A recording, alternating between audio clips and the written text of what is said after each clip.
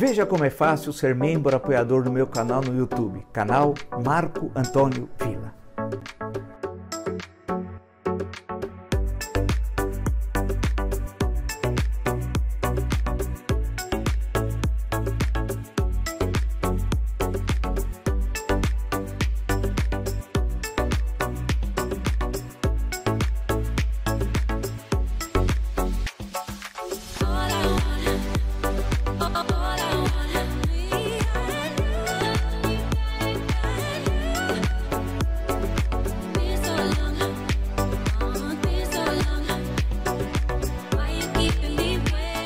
Olá, estamos começando nosso encontro de hoje. Agradeço os 655, quase já chegando a 656 mil inscritos no meu canal.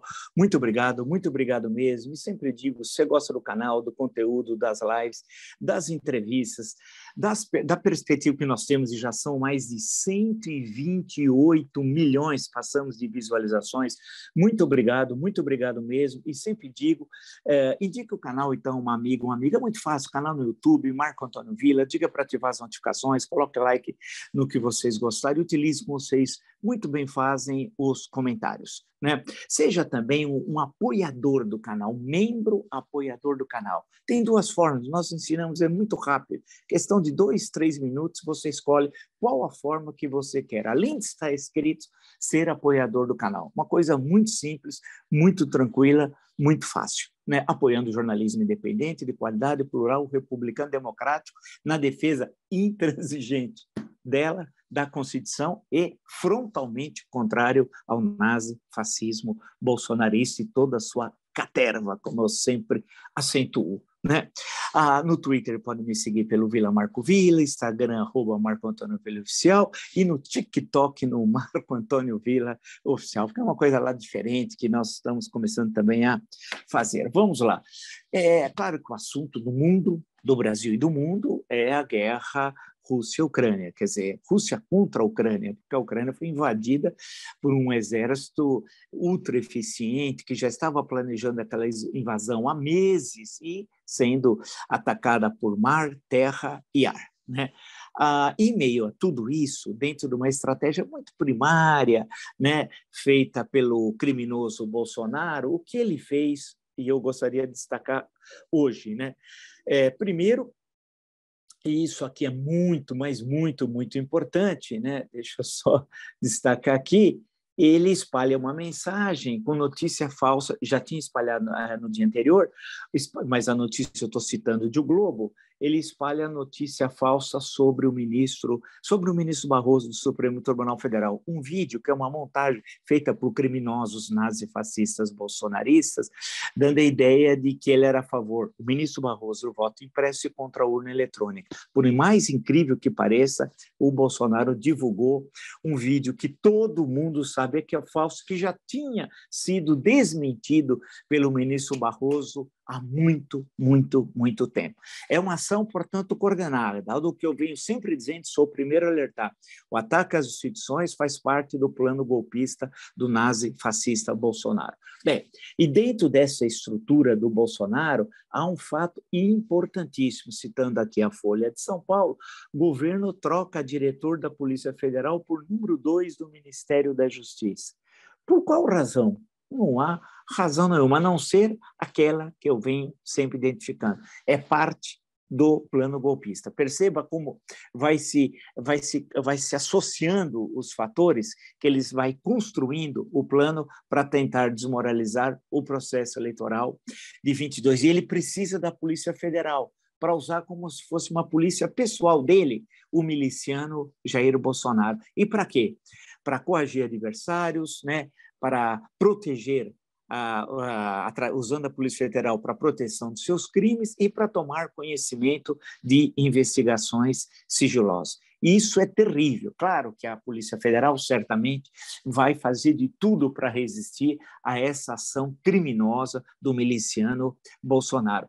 Mas a troca do diretor-geral da Polícia Federal claramente é um sinal dele aproveitando que está todo mundo olhando para a Europa Oriental, para o trágico conflito armado entre Rússia e Ucrânia, para a aproveitar e já fazer aquilo que eu sempre aponto. Ele usa da estrutura de Estado para destruir a democracia. E esse homem é um perigo para o nosso país. Daí a importância desse espaço democrático e nós olharmos para o dia 2 de outubro, o momento das eleições.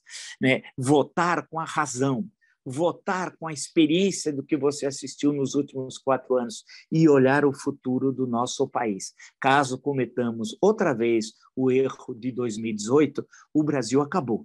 Acabou naquele sentido que a minha geração, ou eu, e sempre imaginei de ser um grande país, ter a presença no hemisfério sul, ser um país que enfrenta os graves problemas sociais, defendendo intransigentemente a democracia, etc., etc. Tudo aquilo que nós queríamos, o grande país, o país do futuro, mas do presente, já apontando que o futuro ainda vai ser melhor que o presente, tudo isso, tudo que nós vimos, assistimos, e em certo momento o Brasil mostrou isso para o mundo. Não custa relembrar que entre 1930 e 1980, durante meio século, 50 anos, o Brasil foi o país que mais cresceu no mundo ocidental. Então, precisamos retomar o bom caminho. E, para isso, temos de destruir politicamente o nazifascismo bolsonarista. Então, ele está tomando a Polícia Federal para tentar destruir o seu voto, o meu voto, o nosso voto. Né? Temos de ficar de olho, atento, porque o nazifascista, ele é um homem cruel e covarde e inimigo da democracia. Bem, isso tudo, acompanhei todos os assuntos, voltando ontem à noite, vendo tudo, falando com um monte de gente, olhando a imprensa estrangeira, e eu escrevi um artigo e publiquei no UOL, e faço questão de lê-lo, como outros aqui, e com calma e explicando qual é a minha análise que eu faço disso, e, claro, do papel do Brasil, né? Do governo brasileiro, do miliciano Bolsonaro. O artigo está no UOL, pode olhar, colunas, Marco Antônio Villa, lá está. Estava até quase agora na Home, não sei se ainda está. Bem, Home é na primeira página. Então, a vitória de Vladimir Putin e a derrota dos Estados Unidos. Portanto, muito claro. Começa assim. A invasão da Ucrânia é uma ruptura na ordem internacional, edificada após a queda do Muro de Berlim. Quando é que foi a queda do Muro de Berlim? Agora acrescentando, 1989, 9 de novembro. Então, repetindo. A invasão da Ucrânia é uma ruptura na ordem internacional edificada após a queda do Muro de Berlim. A desorganização do mundo socialista na Europa Oriental e a desagregação da União Soviética no decorrer dos anos 1990 deixaram o campo aberto aos Estados Unidos. Isso quando a China ainda estava voltada fundamentalmente às transformações econômicas oriundas da política das 4 modernizações. O que eu quero dizer aí, aprofundando a explicação, é que a União Soviética derrotada, desorganização absoluta, a Europa Oriental rompe o controle que a União Soviética tinha sobre a Europa Oriental, alguns países se dividem, né? Vide a tragédia depois da Iugoslávia, o caso da Tchecoslováquia, né? Que se divide no caso em 2, a Iugoslávia então tem uma guerra civil fratricida, etc. Então a Europa Oriental toda se divide, a União Soviética se fragmenta, né? São as 15 repúblicas e perde presença naquela conjuntura, inclusive na própria Europa.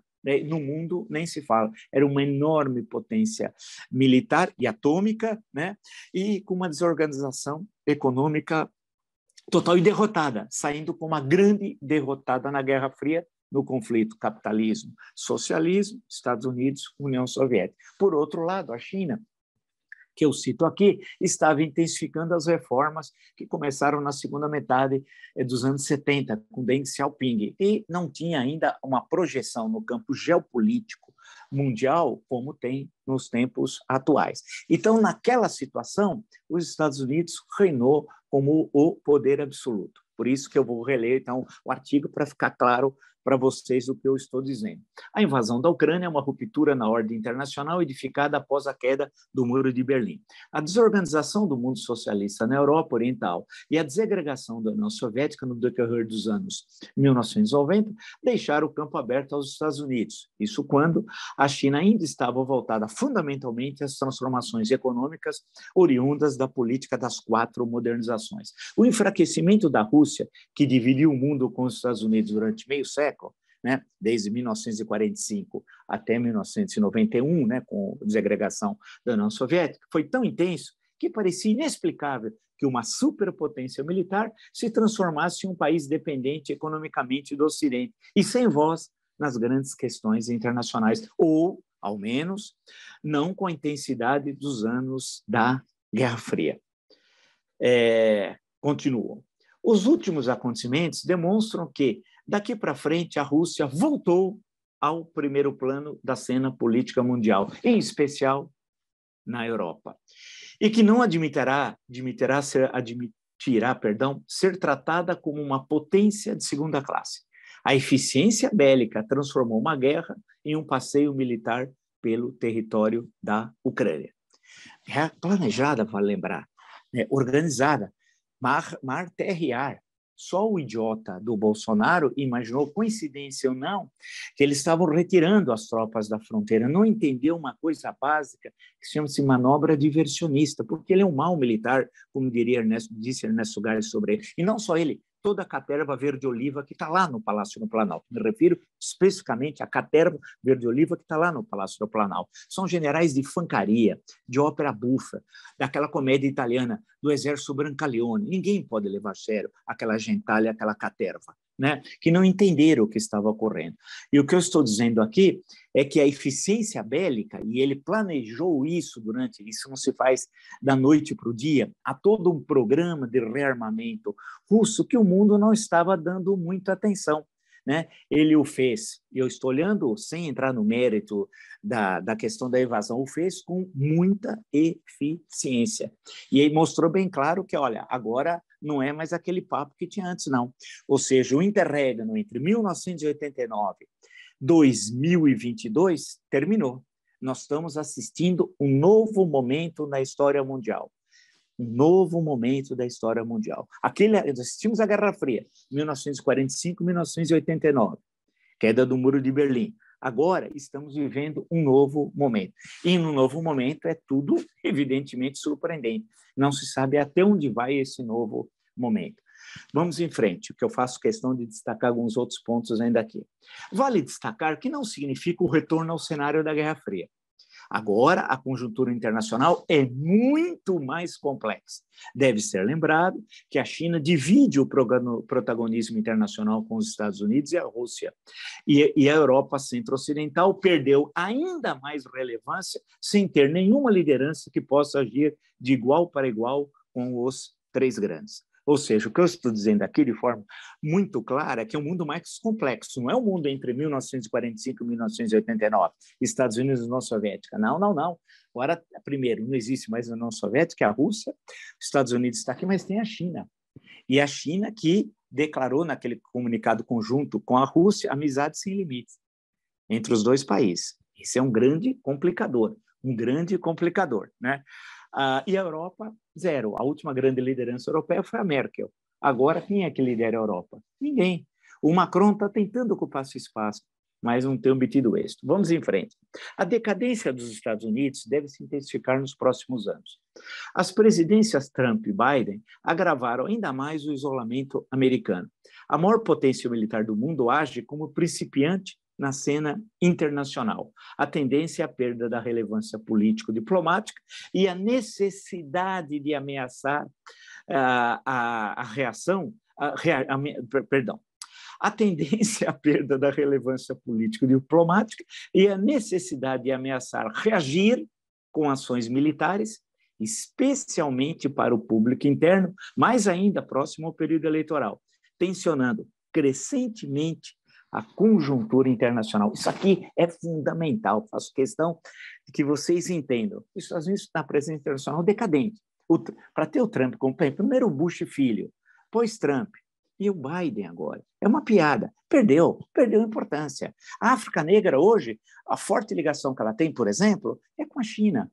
A presença na China, na América Latina, economicamente, não, o grande parceiro do Brasil, da Argentina, de vários outros países, né? Venezuela, etc. A coisa está ocorrendo na Ásia. Cadê os Estados Unidos? Né? Então, foi perdendo importância. E o Trump ajudou muito para isso. Estou olhando agora do lado dos Estados Unidos. E o Biden não sabe o que fazer. É de uma incapacidade absoluta. Basta ver, né, o que aconteceu na retirada do Afeganistão, né? Vocês viram? E agora, no episódio da Ucrânia, absoluta incompetência. Mas, por outro lado, vai ter de reagir para os brios nacionalistas dos Estados Unidos, e porque tem eleição, por exemplo, tem eleição em outubro. Né, legislativa, acho que é outubro, se não me engano, outubro, novembro, eleição legislativa. Depois, daqui 2 anos, sim, eleição presidencial. E vai ter alguma ação para tentar levantar o astral dos Estados Unidos no mundo para favorecer a política interna. E, além disso, tem o que o Eisenhower definiu como presidente, hein? 2 mandatos, comandante das Forças Aliadas na Europa, na Segunda Guerra Mundial, o complexo industrial militar, que sempre fomenta guerras. Vamos em frente. Continua o autor, que é esse que vos fala. Uma possível aliança China-Rússia, efetiva em termos geopolíticos, coloca o Ocidente contra as cordas. A alteração do equilíbrio internacional ocorrerá sem que haja o ônus de um grande conflito militar. Poderá ser a confirmação nos campos militar e geopolítico das profundas modificações econômicas que já estamos assistindo desde o início desse século, com a transferência do eixo econômico mundial para a região Ásia-Pacífico, isto quando permaneceu 5 séculos no Atlântico. Algo que eu sempre venho dizendo, o eixo econômico saiu do Atlântico durante 5 séculos, né? Passou para a região Ásia-Pacífico, e aonde China e Rússia têm uma enorme presença, hoje muito superior à dos Estados Unidos.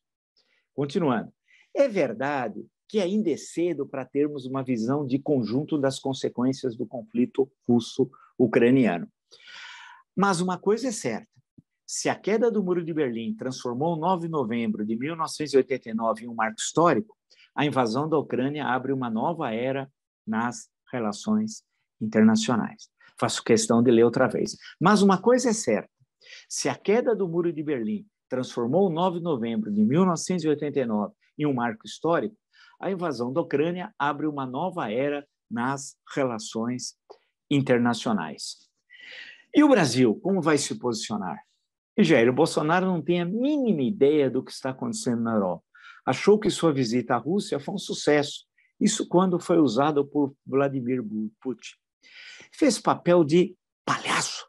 O universo mental de Bolsonaro nunca conseguiu transcender o submundo da criminalidade no Rio de Janeiro.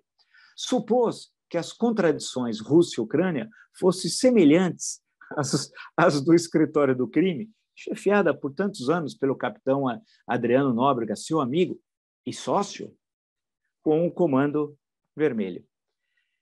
O que estou querendo dizer aqui é tão claro, né? Ele não entende nada, o Beócio. Ele acha que o mundo dele é da marginalidade, ele é um miliciano. Ele não entende as grandes questões internacionais, ele não entende questões comezinhas da estrutura de Estado no Brasil, quanto mais entender questões complexas do mundo do século XXI. Não compreende nada disso, está perdido, perdidinho. Então, o que eu estou justamente destacando aqui é que, até agora, até o governo do Afeganistão já se manifestou, o Talibã, mas o Bolsonaro não, né? Em nome do governo brasileiro. E tem questões que são complexas. Por exemplo, o governo agora russo, através das porta-vozes do Ministério das Relações Exteriores, disse, olha, tomem cuidado, hein? E se referiu à Suécia e à Finlândia. Se vocês olharem a Finlândia, e já tivemos o conflito em 1940, né? Foi ali que surgiu a expressão coquetel Molotov, que o presidente ucraniano, de forma irresponsável, a capital sendo tomada pelo exército russo, ele querendo que a população reaja jogando coquetel Molotov, ou seja, ele vai matar a população ucraniana. Como que você vai enfrentar tanques, soldados com coquetel Molotov? É um comediante, infelizmente, em ação política, e a tragédia que nós estamos assistindo. Veja quão importante é ter um presidente da República, é ter alguém que tem um perfil, não precisa ser um estadista, pode ser um presidente da República normal. E a Ucrânia está sofrendo, inclusive, porque foi enganada também pelas potências europeias que prometeram apoio e não deram, e também pelos Estados Unidos. E cadê a OTAN nessa história? Insuflaram a Ucrânia, lavaram as mãos e deixaram os ucranianos à própria sorte. Destaco também a ameaça, que na fala da porta-voz do Ministério das Relações Exteriores, ficou muito claro, da Rússia, a ameaça que fez a Suécia e a Finlândia. É bom lembrar você pegar uma grande cidade, São Petersburgo, a grande cidade maravilhosa, fundada por Pedro o Grande, ela está, se você olhar a fronteira da Finlândia, está mais ou menos 150 quilômetros, um pouquinho ali em torno disso. Até Helsinki dá mais ou menos, capital da Finlândia, 400, mas até a fronteira dá mais ou menos cerca de 150. É inadmissível para o governo russo que a Finlândia, especialmente a Suécia, entre na OTAN. Qual a razão? Aí entramos no outro lado do balcão, por isso que é uma questão complexa. A OTAN, ela surge, você tem o Pacto de Varsóvia e a OTAN, para conter a expansão socialista na Europa Central. A Europa Oriental estava sob domínio da União Soviética e tínhamos a União Soviética. Com a desagregação da Europa Oriental, deixou de ser satélite da União Soviética, depois da queda, no processo que é posterior à queda do Muro de Berlim, em final de 1989, desapareceu o chamado mundo socialista, ou socialismo realmente existente, como se dizia à época, na Europa Oriental. Mas a OTAN permaneceu. A União Soviética, no início da década seguinte, em 1991, acabou a União Soviética, se desagregou, mas a OTAN continuou existindo. O socialismo desapareceu na Europa Oriental e na União Soviética, que passou a ser Rússia e adotou o regime capitalista. Mas o Pacto de Varsóvia, a OTAN continuou. E a pergunta que fica, quem é o inimigo? Antes era a expansão comunista na Europa Oriental. Depois, a União Soviética foi indo. Agora, a Rússia é capitalista, então o inimigo da OTAN é a Rússia. Nesse sentido, o Putin não é justificar a invasão, hein? Porque não se resolve essa questão com base de invasão. Apresenta como razão o seguinte, por quê? As repúblicas bálticas, Polônia, etc., todos da Europa Oriental foram entrando, fazendo parte da OTAN, agora fazendo um cerco à Rússia, e chegando esse cerco até a Ucrânia. Então, você vai observar. E ainda querer entrar Finlândia e Suécia, então o quê? O cerco vai se completar? Como é que fica essa história? Por que esse cerco à Rússia? Por que a OTAN continua existindo? Com qual objetivo? Ele tem as suas razões a serem apresentadas. Isso não justifica a invasão e as cenas que nós estamos assistindo. E aí eu faço questão, e a pergunta é onde vai parar? Não creio que vai continuar. Não vai invadir nenhum outro país, e nem temos questão de terceira guerra. É uma situação diferente, faço questão de citar esse bom livro, Negociando com Hitler, a desastrosa diplomacia que levou à guerra. E aqui temos o Chamberlain. Aí a questão que vem o acordo de Munique, 1938, não é a mesma situação. Depois a entrega dos Sudetos, etc. Não creio que haja um paralelo entre Putin e Hitler, nenhum paralelo, zero. A estrutura do Estado nazista não é a estrutura do Estado russo. As questões históricas que o Putin advoga não são as mesmas de Hitler, né? E os fundamentos também são totalmente diferentes. Então, não vamos comparar coisas incomparáveis. Primeira coisa. Segundo, a conjuntura internacional é outra. 1938 não é 2022. 2022 a conjuntura internacional é muito mais complexa e dinâmica, a expansão do capitalismo, a globalização, portanto, não há nenhuma relação com o 38. Mais uma razão que deve ser explicada, essa ideia, então, de uma espécie de submissão aos interesses imperialistas que a Alemanha tinha, a Alemanha nazista, seria a mesma coisa em relação à Rússia com a Ucrânia. Também não, também não. Não se aplica isso. Então, tem porque existem essas questões que eu disse, militares, que são muito, muito, muito diferentes. Ou seja, o que eu estou querendo expor aqui para vocês é que é uma situação complexa, difícil, não há muita gente responsável nessa história, o presidente da Ucrânia, a OTAN, o presidente dos Estados Unidos, o presidente da França, o primeiro-ministro do Reino Unido.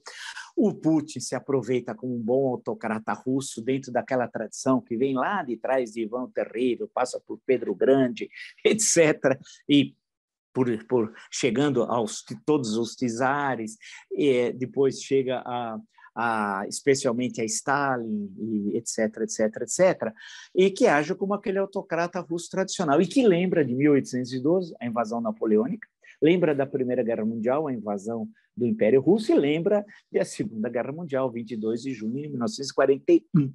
Então, note, é uma questão muito, muito complexa. O Brasil, nessa história toda, volto, e fui o primeiro a lembrar, né, a Constituição.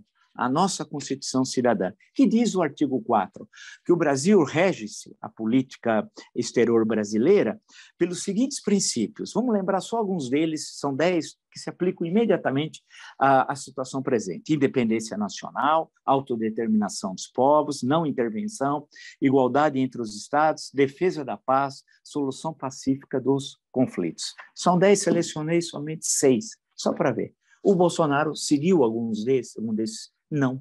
O Bolsonaro conhece esses princípios? Creio que não, porque ele nunca leu a Constituição.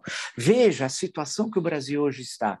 Até o governo Talibã se manifestou contra o Bolsonaro em silêncio. E pior, a manifestação do vice-presidente da República, Mourão, contrária à invasão russa, mas aí já exagerou, diz que devia ter uma ação bélica contra os russos. De quem? Cara pálida? Da OTAN? De quem? Especificamente dos Estados Unidos ou do Brasil? Com aquele tanque, com aquela estrutura que nós temos fantástica, militar, não é isso? Com aqueles tanques da Marinha, lembra? Aquele que quando foi entregar o convite, eu não me esqueço, até o final da vida, fazer um desembarque anfíbio no seco. Isso com um país que tem a costa, que é uma das maiores do mundo, das 3, 4 maiores do mundo. Né? Você vai fazer um desembarque anfíbio no seco, vai entregar o convite, faz aquele passeio de tanques, que é patético, e um deles soltando aquela fumaça preta, eu falei, ele vai parar. É com isso que o general estava propondo? Não sei, mas ele foi, mais uma vez, humilhado pelo presidente da República. Ontem à noite, na live, que criminosa, porque eu não sei que estatuto tem aquilo, né? Até hoje, nunca ninguém conseguiu me explicar, ele disse, em certo momento, o miliciano, quero deixar bem claro, o artigo 84 daqui, diz que quem fala sobre o assunto é o presidente, e o presidente chama-se Jair Messias Bolsonaro.